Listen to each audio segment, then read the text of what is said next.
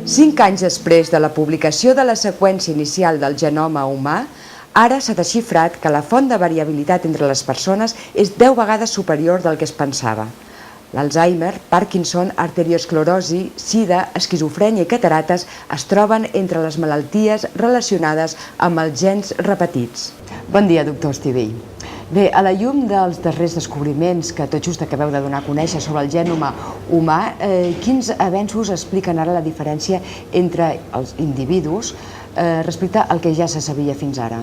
Bé, inicialment se sabia, quan es va obtenir la seqüència del genoma per part de dos grups, el projecte internacional i el projecte privat de la companyia Celera, que el genoma era molt igual entre els individus i els primers estudis que es van fer van veure que hi havia un percentatge molt petit de diferències entre persones. L'estudi que nosaltres hem fet ara ha posat de relleu que entre els individus hi ha com a mínim un 10% de la seqüència de blocs del nostre material genètic que varia i que entre dues persones, entre vostè i jo o entre vostè i una altra persona, hi ha com uns entre 10 i 20 milions de lletres d'informació del nostre material genètic que són diferents i que aquestes lletres d'informació cauen en unes zones del genoma que estan exposades a molts canvis respecte a circumstàncies ambientals, a influències de l'entorn i que contenen gens i que aquests gens poden tenir un paper molt important per la susceptibilitat a malalties comuns i també per canvis des del punt de vista de resposta al tractament amb fàrmacs, amb antibiòtics especialment.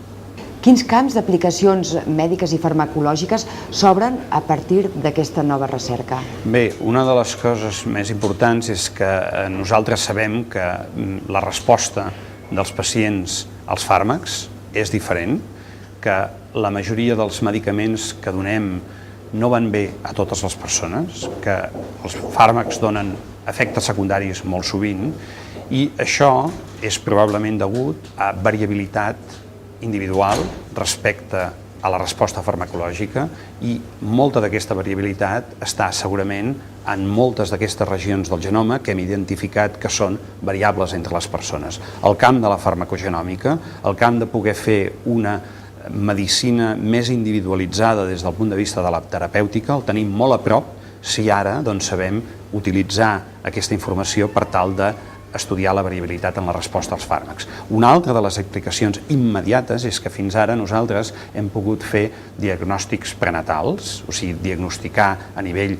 prenatal un fetus si estarà afectat d'una o d'una altra malaltia amb unes grans limitacions. Podíem mirar només els cromosomes. Ara el que podem mirar és la globalitat del genoma i el que ara es feia com un estudi citogenètic rutinari a les dones que estaven embarassades, especialment a partir d'una edat determinada perquè hi havia risc de patir alguna anomalia cromosòmica, ara ho podem fer d'una manera molt ràpida i això en 2 anys el que és els estudis citogenètics clàssics quedaran totalment desfasats, quedaran totalment apartats de la pràctica i seran substituïts per aquestes noves tecnologies que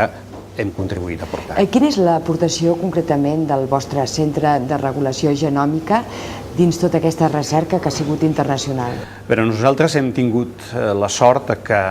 per una banda, la Generalitat de Catalunya en el seu moment va decidir crear aquest centre, el Centre de Regulació Genòmica, en el que estem fent una investigació d'alt nivell en aquesta direcció i per altra banda hem tingut la sort de comptar amb el finançament de Genoma Espanya, que és l'única entitat a Espanya que financia i que dona suport a investigacions de tipus genòmic i això ens ha fet que poguéssim estar en el si d'un consorci internacional que ha estudiat unes particularitats del genoma que han suposat aquests descobriments de totes aquestes variants del genoma. El que és cert és que en aquests moments a Europa i als Estats Units fonamentalment, també al Japó, s'està mirant de treure el màxim de fruit d'aquesta informació i ens fa por que la manca d'inversió des del punt de vista privat, des del punt de vista de les agències d'investigació a nivell de la genòmica, des del punt de vista ja no només d'infraestructura, sinó també d'aportar finançament per a investigacions que ja van enfocades no al coneixement bàsic com hem fet ara, sinó al camp de la salut, al camp de les aplicacions, que si aquestes inversions no hi són, doncs tornarem a perdre una altra vegada el tren de la investigació genòmica que no ha fet només que començar.